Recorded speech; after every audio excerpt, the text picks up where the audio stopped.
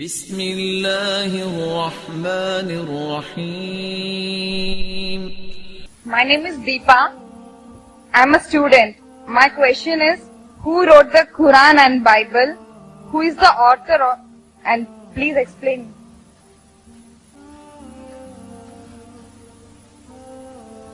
बहन अच्छा सवाल पूछा है कि कुरान का लेखक कौन है? Who is the author of the Quran? Who is the author of the Bible? Quran को किसने लिखा? बाइबल को किसने लिखा? कुरान मजीद में लिखा है कि अल्लाह सुब्हानहू व तआला ने कई वही और किताबें नाज़िल की. नाम से सिर्फ 4 का जिक्र है, और तौरा, ज़बूर, इंजील और कुरान. तौरा वो वही है जो अल्लाह सुब्हानहू व तआला खुदा ने मूसा अलैहिस्सलाम पे नाज़िल की. ज़बूर वो वही है, वो किताब है जो खुदा ने दाऊद अलैहिस्सलाम पे नाज़िल की.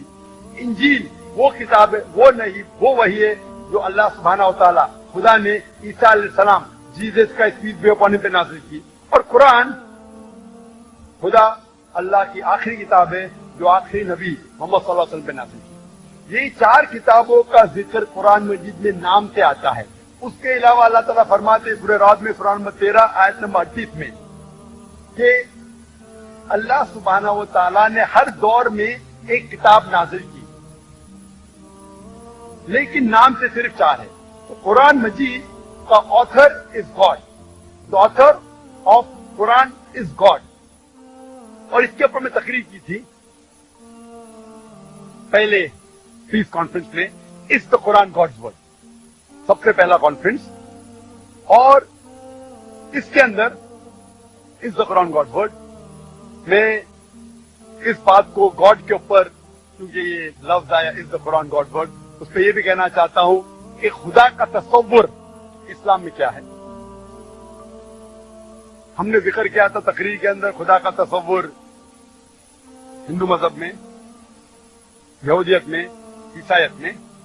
लेकिन आपके लिए भी जानना जरूरी है कि इस्लाम में खुदा का तसव्वुर क्या है. अगर आप पूछते कोई मुसलमान से कि खुदा का तसव्वुर क्या है, तो सबसे बेहतरीन जवाब कोई मुसलमान दे सकता है वो है सूरह इखलास.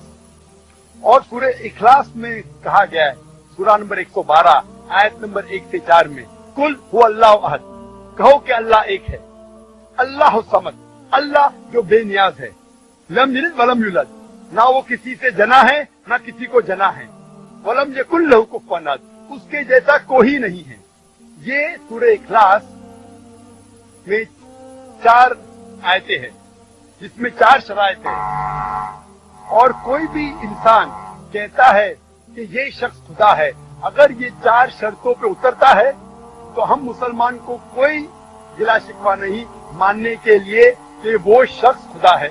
सबसे पहली शर्त कुल हुवा अल्लाहु अहद, कहो कि अल्लाह एक है. दूसरी शर्त अल्लाहु समद, अल्लाह जो बेनियाज है. तीसरी शर्त लम यलिद वलम यूलद, ना वो किसी को जना है ना किसी से जना है. और चौथी शर्त वलम यकुल लहू कुफुवन अहद, उसके जैसा कोई नहीं है. ये 4 शर्त पे अगर कोई उतरता है हमें कोई गिला शिकवा नहीं मानने के लिए कि वो अल्लाह है. ये सूरह इखलास खुदा को जानने का तलिस्मा है. कोई भी शख्स कहता है कि ये खुदा है, उसको जानने के लिए जरूरी है कि हम सूरह इखलास के बुनियाद पे उतरे. जब मैं कहता हूं कि कुरान मजीद खुदा का कलाम है, आपको जानना चाहिए इस्लाम में खुदा का क्या तस्वुर है. मिसाल के तौर पे अगर कोई शख्स कहता है कि भगवान रजनीश खुदा है. एक वक्त एक हिंदू भाई ने मुझसे कहा कि हम हिंदू नहीं मानते भगवान रजनीश खुदा है. मैंने कभी भी नहीं कहा कि हिंदू कहते हैं भगवान रजनीश खुदा है. हिंदू धर्म की किताबों में कहीं नहीं लिखा है कि भगवान रजनीश खुदा है. मैंने कहा कुछ लोग मानते हैं कि भगवान रजनीश खुदा है. हम इस भगवान रजनीश को देखेंगे कि सूरह इखलास के बुनियाद पे वो सफलता पाता है क्या नहीं. सबसे पहले कुल हुवा अल्लाहु अहद, कहो कि अल्लाह एक है. क्या रजनीश एक था? हम जानते हैं कि कई इंसानों ने दावा किया खुदा रहने का, और खुसूसन इस देश हिंदुस्तान में हजारों इंसान ने कहा है कि मैं भगवान हूं, मैं खुदा हूं. भगवान रजनीश एक ही नहीं है. लेकिन एक रजनीश भक्त कहेगा नहीं, वो डिफरेंट है, एलाइजा है, अलग है। दूसरी शर्त, अल्लाह समझ, अल्लाह जो बेनियाज है। क्या भगवान रजनीश बेनियाज था? Was he absolute internal? हम उसकी ऑटोबायोग्राफी पढ़ते पता लगता है कि उसकी ऑटोबायोग्राफी में लिखा हुआ है कि भगवान रजनीश को डायबिटीज की बीमारी थी, उसको अस्थमा था, उसको रीढ़ की हड्डी की बीमारी थी। आप बोल सकते भगवान को, ईश्वर को, खुदा को रीढ़ की हड्डी की बीमारी है, अस्थमा है, डायबिटीज है। और तीसरी शर्त, लम यलिद वलम यूलद, ना वो किसी को जनता है ना किसी से जना है। हम जानते हैं कि भगवान रजनीश वो मध्य प्रदेश में पैदा हुए थे, उनके वालिदैन थे, और सन 1981 में रजनीश जाते अमेरिका, और वो एक स्टेट ऑफ ऑरेगॉन में अपना सेंटर शुरू करते रजनीशपुरम। और कुछ साल बाद कई हजारों अमेरिकन को वो बेवकूफ बनाते हैं। यूएसए की गवर्नमेंट रजनीश को अरेस्ट करती है, गिरफ्तार करती है और डालती है जेल में। रजनीश कहते हैं कि USA government gave me slow poisoning, मुझे जेल में यूएसए ने धीरे धीरे जहर दिया। जेल में जहर दिया, सोच सकते भगवान को कोई जहर दे रहा है, भगवान को स्लो पॉइजनिंग कर रहा है।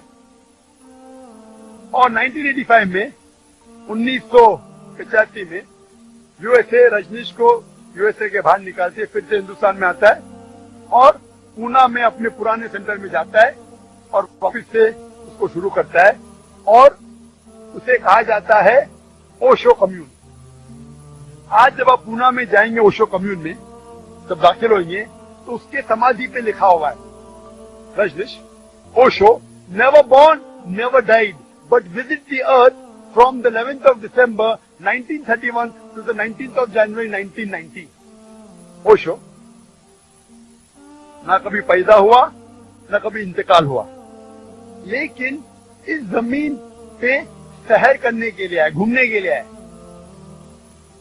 11 दिसंबर 1981 से 11 दिसंबर 1921 से 19 जनवरी 1990 तक वो उस तख्ती पे लिखने भूल गए कि रजनीश को 22 मुमालिक की वीजा नहीं मिली। आप सोच सकते भगवान धरती पे आते हैं, जमीन पे आते सैर करने के लिए, घूमने के लिए, और उसे वीजा की जरूरत है।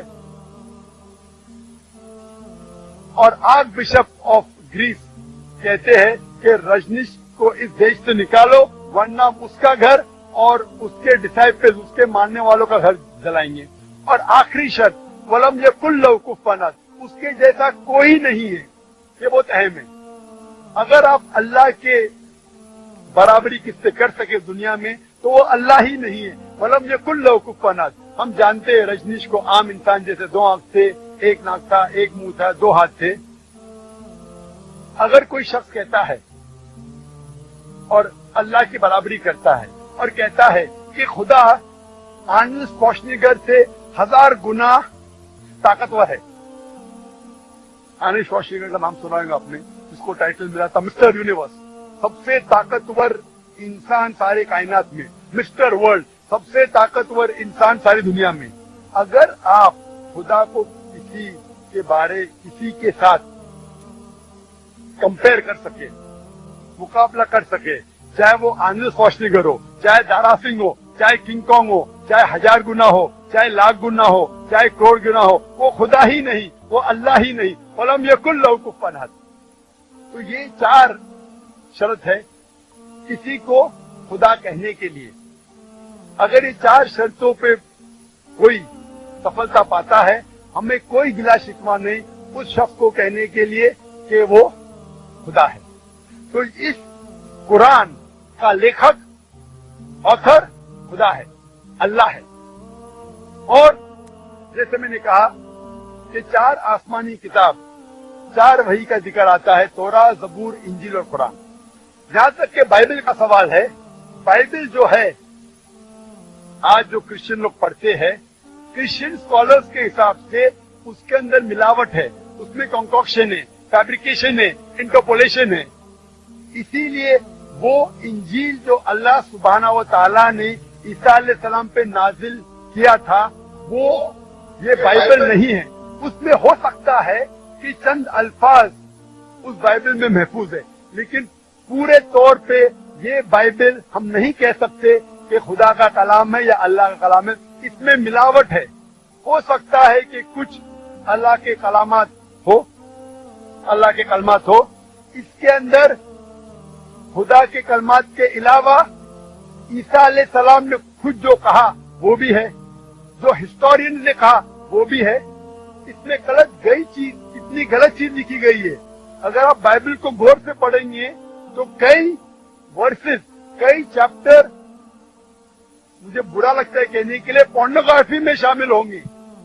تو میں یہ نہیں کہہ سکتا ہوں کہ یہ پورنوگرافی کا پورشن خدا نے نازل کیا. اسی لیے بائبل محفوظ نہیں ہے. ہم ایمان لاتے ہیں کہ جو وہی اللہ نے عیسیٰ علیہ السلام پہ نازل کی انجیل، اسے ہم مانتے خدا کا کلام. لیکن یہ بائبل جو آج ان کے پاس ہے وہ خدا کا کلام نہیں، مکسچر ہے. لیکن کیونکہ قرآن آخری کلام ہے اللہ کا، اور ہم اسے کہتے فرقان، یعنی فرق حق اور باطل کے درمیان جاننے کے لیے جو چیز بائبل میں لکھی ہے، جو قرآن سے ملتی ہے، ہمیں کوئی اعتراض نہیں ماننے کے لیے کہ وہ پورشن، وہ چیز بائبل کا ہو سکتا ہے کہ اللہ کا کلام ہے. لیکن باقی چیز ہم بالکل نہیں کہہ سکتے کہ اللہ کا کلام ہے. It is a mixture. Hope ڈانسز کوشچن. لا الہ الا اللہ